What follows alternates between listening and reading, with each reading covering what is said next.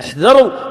بل بعض الناس يردد كلمة ويل لمن سنها من الله، وهو كلمة هذه تكثر دائما: ترى لا تأخذ سيارة مطوع ولا مرة مطوع. يرددون الناس هذا الكلام. قالوا ليه؟ قال مرة المطوع يغض بصره ويقضي شهوته في عياله فقد أهلكها، وأما سيارته فيهبد بها في المحاضرات. أسألكم بالله، يقول هذا مؤمن؟ هذا كفر مخرج من الملة. احذر، احفظ لسانك.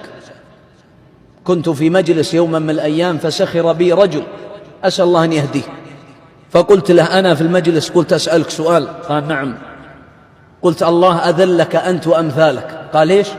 قلت إن أصابك مس من الجان أين تذهب؟ سكت الرجال. قلت رد علي، فين تروح؟ والله أن تجيني أنا إن نقرأ عليك وندفل في خشمك.